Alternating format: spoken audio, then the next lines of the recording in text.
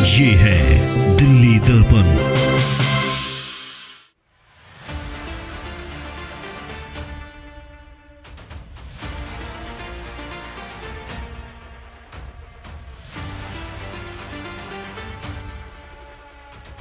14 फरवरी 2019 ये वो दिन था जो देश के इतिहास का काला दिन साबित हुआ।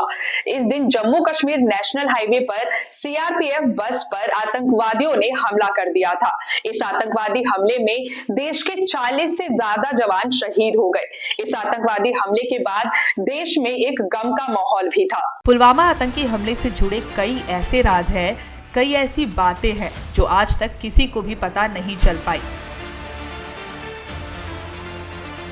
और आज हम आपको पुलवामा अटैक से जुड़ी तमाम चीजें और जानकारियां बताएंगे जो हमेशा के लिए गुप्त कर दी गई। देखिए ये स्पेशल रिपोर्ट।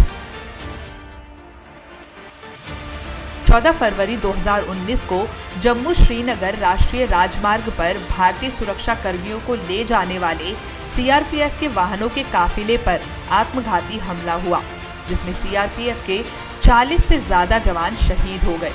धमाका इतना तेज था कि बस के भी चीथड़े उड़ गए और इस हमले की जिम्मेदारी पाकिस्तान के आतंकी संगठन जैश-ए-मोहम्मद ने ली थी। इस हमले पर आक्रोश जताते हुए प्रधानमंत्री नरेंद्र मोदी ने कहा कि हमारे जवानों को पूर्ण स्वतंत्रता है और इस हमले के पीछे जो भी ताकत होगी उसे पूरी सजा दी जाएगी। मैं देश को भरोसा देता हूं कि हमले के पीछे जो ताकतें हैं, इस हमले के जो भी गुनहगार हैं, उन्हें उनके किए की सजा अवश्य मिलेगी। इस घटना के बाद पूरे देश में गम और गुस्से का माहौल था। क्या आम आदमी और क्या मनोरंजन जगत की हस्तियां, सभी लोग सोशल मीडिया के जरिए और प्रदर्शन कर अपना गुस्सा जाहिर कर रहे थे। साथ ही सभी लोग सरकार से कड़ी कार्रवाई की भी मांग करने लगे। पुलवामा आतंकी हमले ने भारत को गहरा जख्म दिया, जिसे शायद ही कोई भारतीय भूल सके। भारत ने इस हमले का करारा जवाब दिया और पाकिस्तान के बालाकोट में सर्जिकल स्ट्राइक किया।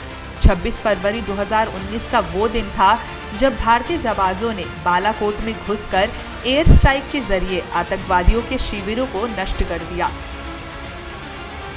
हालांकि इस पुलवामा टेरर अटैक से जुड़ी कई ऐसी बातें हैं जो आज तक किसी को नहीं पता और ना ही इस बात पर ध्यान दिया गया। जानकारी के अनुसार इस घटना को आरडीएक्स से भरी एक गाड़ी से अंजाम दिया गया। अब सवाल ये है कि 300 किलो आरडीएक्स आखिर उस क्षेत्र में कब और कैसे आई। इस घटना पर सत्यपाल मलिक, जो कि उस समय जम्मू कश्मीर के गवर्नर थे, उनका एक बयान सामने आया।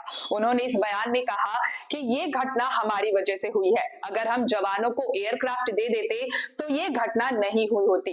पर इस पर प्रधानमंत्री नरेंद्र मोदी ने सत्यपाल मलिक को चुप्पी साधने के लिए कह दिया। सीआरपीएफ ने अपनी सेना को भेजने के लिए 5 एयरक्राफ्ट मांगे थे, क्योंकि सेना की इतनी बड़ी टुकड़ी कभी रोड से नहीं जाती। गृह मंत्री राजनाथ सिंह से इसकी इजाजत मांगी गई थी, पर उन्होंने एयरक्राफ्ट देने से साफ इनकार कर दिया। अगर मुझसे पूछा जाता तो मैं उन्हें कैसे भी एयरक्राफ्ट दे देता। साथ ही सत्यपाल मलिक ने यह भी कहा कि जवानों ने उस समय के गृह मंत्री राजनाथ सिंह से एयरक्राफ्ट की मांग की थी, क्योंकि सेना की इतनी बड़ी टुकड़ी को सड़क के रास्ते से भेजना सही नहीं था। पर राजनाथ सिंह ने जवानों को एयरक्राफ्ट देने से इनकार कर दिया। मैंने घटना की शाम ही प्रधानमंत्री नरेंद्र मोदी से बात की और ये कहा कि ये घटना हमारी गलती की वजह से हुई है। अगर हम जवानों को एयरक्राफ्ट दे देते तो ये घटना नहीं होती। पर प्रधानमंत्री नरेंद्र मोदी ने मुझे चुप रहने के लिए कह दिया। उन्होंने ये कहा कि ये कुछ और मामला है, इस पर सिर्फ हम बात करेंगे, तुम चुप रहो। अजीत डोभाल ने भी मुझसे इस मामले में चुप रहने के लिए कहा। इस मामले में एक रिपोर्ट सामने आई थी।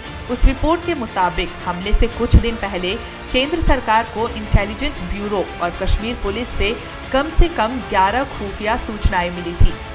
हमले से 2 दिन पहले जैश-ए-मोहम्मद ने अफगानिस्तान में आत्मघाती हमले का एक वीडियो अपलोड किया था और कश्मीर में भी इसी तरह का हमला करने का संकेत दिया था।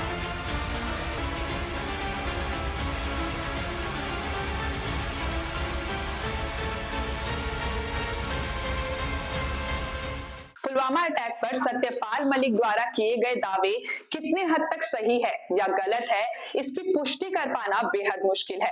पर ऐसे क्या कारण रहे होंगे कि प्रधानमंत्री नरेंद्र मोदी और अजीत डोभाल ने सत्यपाल मलिक को इस पूरे घटनाक्रम पर चुप्पी साधने के लिए कहा? इस पर आपकी क्या राय है, हमें कमेंट सेक्शन में बताएं। लेटेस्ट खबरों के लिए सब्सक्राइब करें हमारा YouTube चैनल या फिर लॉग ऑन करें www.delhidarpantv.com। खबरों की कवरेज और विज्ञापनों के लिए संपर्क करें।